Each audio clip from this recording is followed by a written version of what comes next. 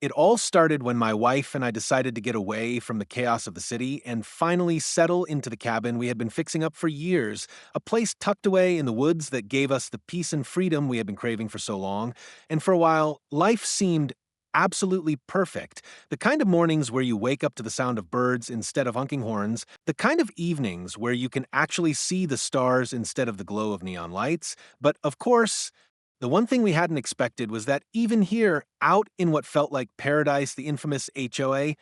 yes, that dreaded homeowners association, still had its claws dug into the land and the people who lived around it, and worse, the loudest, most obnoxious representative of that HOA happened to be the woman I can only describe as the ultimate stereotype of Karen, the kind of neighbor who walks around with a clipboard like she's running the FBI, always glaring, always complaining, and always trying to insert herself into other people's business. And at first, we just brushed her off, figuring every neighborhood had that one person who was a little too invested in power they didn't really have. But the truth is, this Karen wasn't just a harmless busybody. She was relentless. And from the very first week we settled into the cabin, she made it her personal mission to try and intimidate us into submission, sending passive-aggressive notes about how our woodpile was stacked improperly or how the wildflowers my wife planted were in violation of community aesthetic standards, and I'm not kidding, she even tried to say our welcome mat was not in compliance because it had a cheeky little joke printed on it instead of being plain beige like hers. But here's the thing, my wife and I are not the kind of people who bow down nonsense, and if anything, the more Karen poked, the more we stood our ground, especially because this cabin wasn't just a house to us. It was a dream we had worked blood, sweat, and tears to make real, and we weren't about to let some overbearing neighbor ruin that,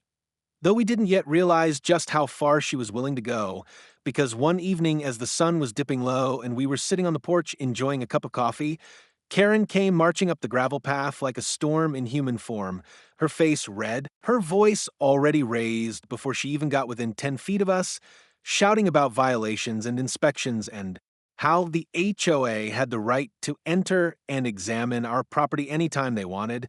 And let me tell you, the entitlement dripping from her voice was unbelievable, like she genuinely thought she had authority over us just because she printed out some rules from a binder. And I swear to you, my wife and I just stared at each other, almost laughing, because it was so absurd. This was our cabin, bought and paid for, sitting on land that had been in my family for years, and she was acting like she was a sheriff delivering a warrant. Except here's the kicker.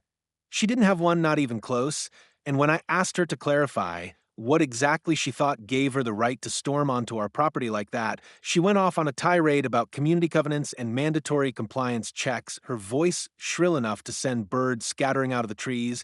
And honestly, it would have been funny if it wasn't so intrusive, because by this point she was standing right at the foot of our porch, wagging her finger like we were school children caught misbehaving, and I'll admit, for a second I felt my blood pressure spike, because who in their right mind thinks they can just barge into someone else's space like that? But before I could say a word, my wife, calm as ever, stood up, smiled sweetly, and asked Karen if she had any official documentation to back up her demands. And of course, Karen froze for just a split second, then launched into another rant about how she didn't need paperwork because, as the appointed HOA officer, she could enforce compliance at will, which if you've ever dealt with an HOA, you already know is absolute nonsense. And here's where things started to get interesting, because while Karen was busy screaming about power she didn't have, my wife excused herself into the cabin and came back with a folder, a thick, heavy folder we had put together precisely for moments like this,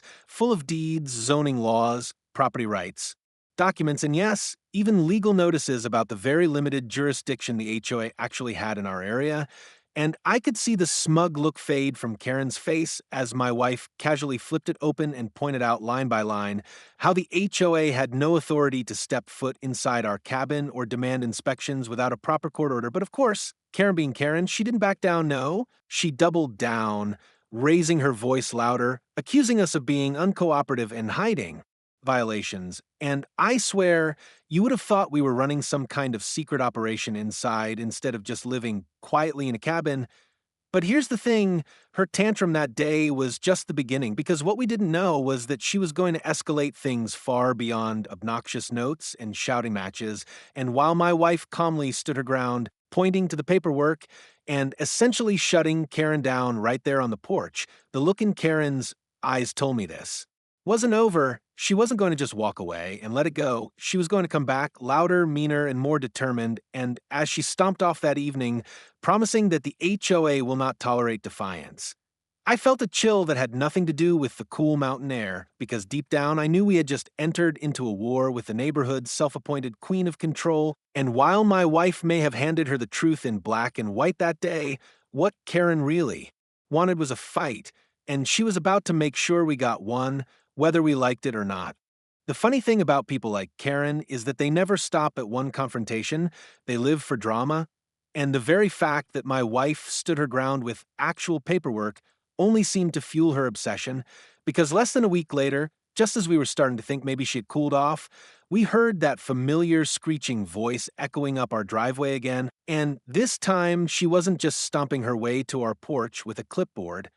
Oh no, this time she came armed with what? Looked like a stack of HOA violation notices printed on neon-colored paper, and she was waving them around like they were holy scripture, shouting about how we had racked up fines for things as ridiculous as leaving our porch light on too late at night, having a firewood pile that was too rustic, and even, get this, failure to maintain proper cabin aesthetics, which was her fancy way of saying she didn't like the fact that my wife had hung a wind chime on the porch. And I swear, if you've ever dealt with a power-tripping HOA, you know exactly the type of nonsense I'm talking about, but here's where it gets wild. Instead of just posting the notices and leaving, Karen demanded right then and there that we open the cabin for inspection, claiming she needed to make sure we weren't harboring violations inside. As if we were hiding illegal contraband under the floorboards instead of just a few extra blankets and canned goods.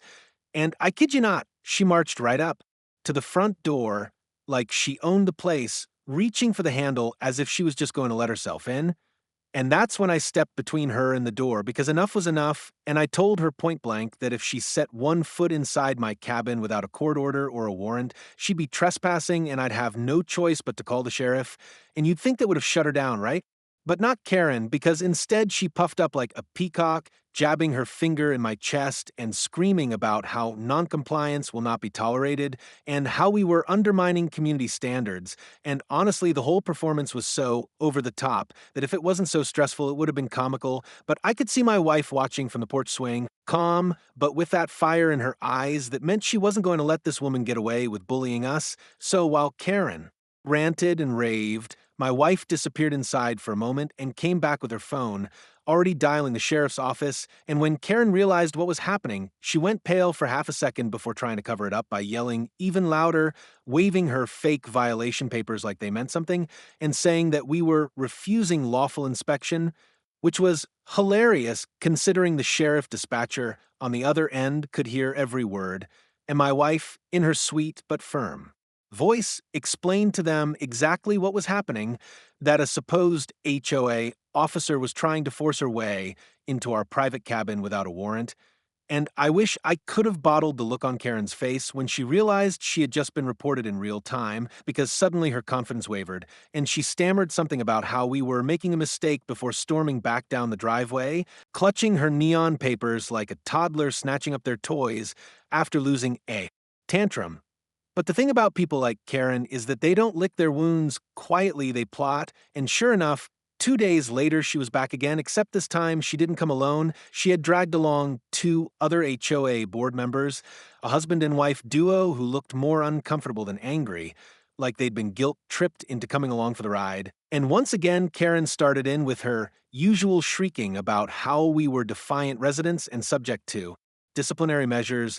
Only now she had backup to nod along while she spoke, though to their credit, the couple didn't say much, just kind of stood behind her awkwardly as if they weren't really sure why they were there. But that didn't stop Karen from announcing that she was conducting an official HOA inspection of the property interior and demanding that we unlock the cabin immediately, and by this point, I was done playing nice. So I told her flat out that unless she showed me a judge, signed warrant, or a sheriff standing beside her, She wasn't getting a single step past the threshold, and my wife, ever the master of composure, even smiled and asked Karen if she wanted to see the paperwork again that proved she had no jurisdiction inside her home. But of course, Karen didn't want to see it, because deep down she knew she was bluffing, she knew she had no power, but admitting that would have crushed the fantasy of authority she had built for herself. So instead, she doubled down. Yet again, yelling about how we were going to be fined into compliance and how she would escalate this to the full board. And at one point, she even turned to the other couple and tried to get them to agree that we were breaking the rules, but the husband just cleared his throat awkwardly and said something like, maybe we should talk to legal first, which only made Karen shriek louder. And by this point, I'll admit, my patience was hanging by a thread. But before I could lose my cool, my wife gently rested her hand on my arm and whispered that sometimes the best way to beat people like Karen was to let them dig their own hole deeper. And she was right, because the more Karen screamed, the more unhinged she looked, especially compared to us standing there calm and reasonable. And I could see the other board members starting to realize they'd hitched themselves to a sinking ship, because after about 10 more minutes of Karen's ranting, they muttered something about needing to leave and actually walked off, leaving Karen sputtering by herself before she finally stormed off yet again, vowing that this wasn't the end. And let me tell you, if Section 1 of this saga was about Karen trying to intimidate us, Section 2 was about her realizing that intimidation wasn't working, and that only made her more dangerous, because when people like Karen can't win with bluster, they start scheming, and though we didn't know it at the time, she was already plotting her next big stunt. One that would take this whole HOA nightmare to an entirely new level, one that involved official-looking letters, bogus legal threats, and eventually the dramatic showdown that would end with my wife handing her something that finally shut her up cold. The one piece of paper she could never argue against, the very thing she had been pretending to wield all along, a real warrant. If you've ever dealt with someone like Karen, you know the moment they realize intimidation isn't enough is the moment they decide to go full scorched earth. And that's exactly what happened next, because after her embarrassing little stunt with the fake violation papers and the failed inspection attempt with her reluctant board member sidekicks, she went quiet for a few days. And let me tell you, that silence was almost worse than her constant screeching, because it gave us time to wonder what she was planning, and sure enough, our instincts were right, because about a week later, right as we were enjoying a Saturday morning coffee on the porch, we heard the crunch of tires on the gravel driveway. And when we looked up, there she was again, Karen, except this time she didn't just march up by herself. She had a whole entourage, two other board members different from before, clearly the ones she'd guilted into supporting her latest crusade, a guy with a camera slung around, his neck who looked like he'd rather be anywhere else, and even her teenage son, who was carrying a folder thick with papers like he was some kind of assistant in a courtroom drama. And I swear, the sight of her leading that parade up to our cabin would have been funny if it hadn't been so invasive, because she strutted up like a general leading troops into battle, shouting before she even reached the porch that this was an official HOA interior inspection, and that if we didn't comply, immediately we would face severe penalties up to and including lien placement, which, if you've never had the misfortune of dealing with HOA threats, is basically their favorite boogeyman term. And while I knew full well they had no legal authority to do that without a mountain of paperwork and court orders, I could also see how she thought bringing backup and throwing around big words might scare us into opening the door. But of course, she didn't know my wife very well, because my wife doesn't scare easily, and before I could even stand up, she was already walking calmly to the front steps, greeting the group like a hostess welcoming unwelcome guests, and asking Karen in that sweet, patient voice of hers whether she had a warrant signed by a judge that authorized this so-called inspection. And just like that, Karen's face turned bright red, because she hated that word, warrant. She hated it because she had been pretending for weeks that she had the authority of one. But hearing it spoken out loud reminded everyone, including her own little backup crew, that she didn't actually have it. But of course, instead of admitting that, she launched into another tirade, waving her arms and shouting that she didn't need a warrant because the HOA rules gave her full authority to enter any property in the community for inspection at any time.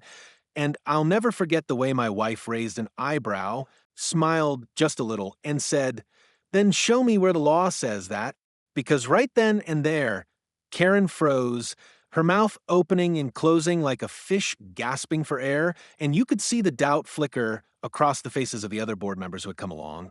But Karen, being Karen, couldn't let herself back down, so she doubled down again, shoving her poor teenage son forward with that fat folder of papers, which turned out to be nothing more than a binder of HOA bylaws, most of them printed from the internet, and she slammed it onto our porch, railing like it was the Constitution itself, jabbing her finger at a highlighted line about community compliance, and insisting that it gave her unrestricted power. And I swear, if it wasn't so aggravating, it would have been hilarious because the line she was pointing to was basically just about residents keeping their yards tidy, but she was trying to spin it like it was a golden ticket into our living room. And the best part? The guy with the camera, clearly dragged along to document violations, was standing there looking more and more uncomfortable, like he was realizing he might be filming evidence of harassment instead of proof of wrongdoing.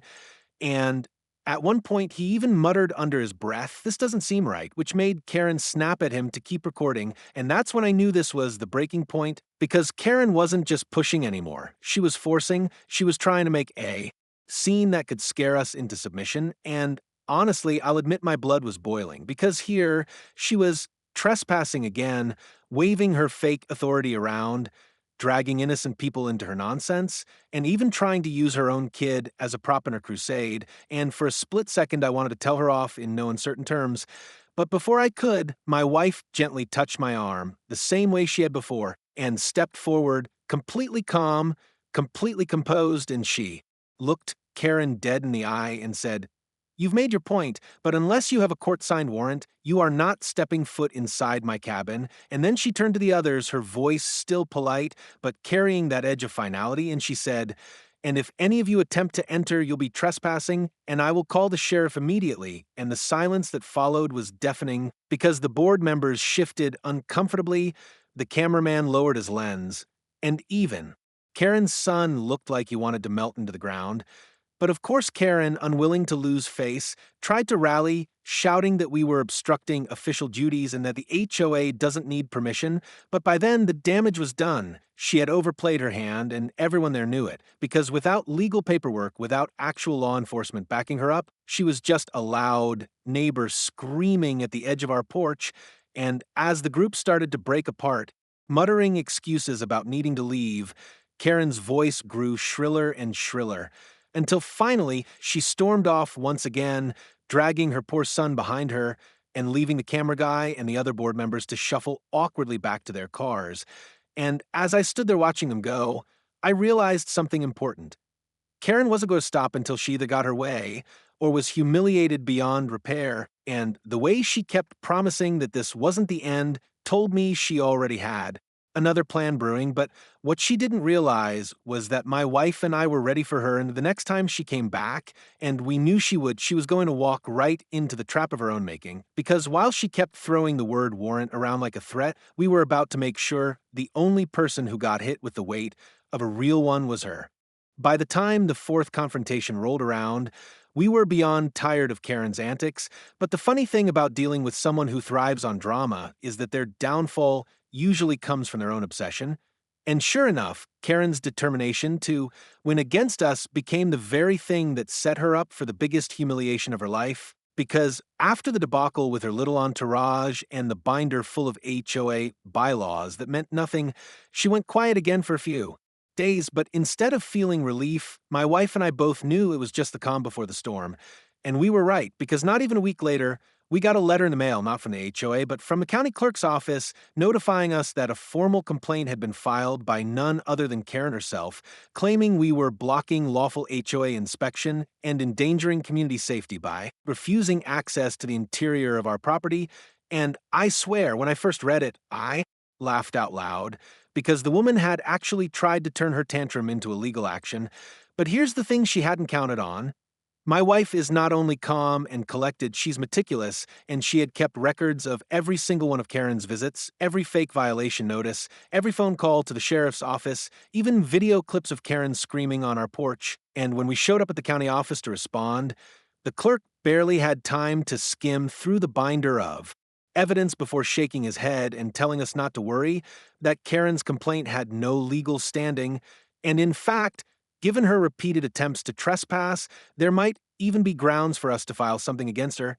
And let me tell you, the satisfaction on my wife's face in that moment could have lit up the whole room, because she knew what I knew, that Karen had finally crossed a line, and that meant we could take the fight out of her hands and put it where it belonged, in the hands of actual law enforcement. And that's exactly what we did, filing a formal harassment and trespassing complaint. And within a few days, we had something that Karen had been screaming about for weeks, but never actually possessed: a real court-signed warrant. Only this one wasn't giving her access to our cabin. It was restricting her from setting foot on our property ever again, a restraining order that legally barred her from harassing us. And when the sheriff's deputy handed it to us, I could hardly believe how poetic it was. The very word she had been throwing around like a weapon was now the thing that was going to shut her down once and for all. And my wife, being the queen of composure, decided that if Karen was going to learn her lesson, she was going to learn it face to face. So when Karen inevitably came stomping up our driveway again, because of course she did, she couldn't resist, we were ready, sitting calmly on the porch with the envelope in my wife's hands. And I'll never forget the way Karen came storming up, red in the face, screaming about how we had ignored official notices and how the HOA had voted unanimously to fine us into oblivion. And right as she was winding up for another one of her shrill tirades about demanding entry into our cabin, my wife stood, smiled sweetly, and handed her the paper. And for the first time since this whole circus began, Karen went completely silent, her mouth falling open as she read the bold letters across. The top: restraining order, warrant of enforcement, and you could almost see the gears grinding in her head as she realized what she was holding wasn't just another piece of paper she could scream over. It was a legal document signed by a judge, delivered through the sheriff's office, and fully enforceable by law. And the silence that fell in that moment was the sweetest thing I'd heard in months, broken only by Karen's little gasp as she sputtered, You can't do this to me," which, of course, only made my wife's smile widen as she said, "Actually, the court says we can, and I swear you could have knocked Karen over with a feather, because all that bluster, all that fake authority, all those empty threats had just been crushed by the one thing she had never truly had on her side: real legal power." And to make it even sweeter, right as she tried to protest, the sheriff's deputy we had called ahead of time pulled up at the end of the driveway, calmly reminding her that the order was effective immediately and that if she set foot on our property again, she'd be arrested for violating it. And let me tell you, watching Karen's face cycle through shock, rage, and finally a sort of stunned defeat was one of the most satisfying sights of my life, because for once she had no words, no screaming, no threats, just silence as she turned on her heel and marched back down the driveway, muttering something about getting the board to overturn this, though we both knew she was bluffing because the HOA had no power against a court order, and that was the last time she ever set foot near our cabin, because the restraining order stuck and the board, embarrassed by her behavior, quietly distanced themselves from her, eventually stripping her of whatever little title she held. And life at the cabin finally went back to the peace and quiet we had dreamed of all along. But every now and then, when we sit on the porch with our coffee and hear the wind chimes my wife refused to take down, we laugh about it. About the woman who came screaming for inspections, who acted like she had all the power in the world,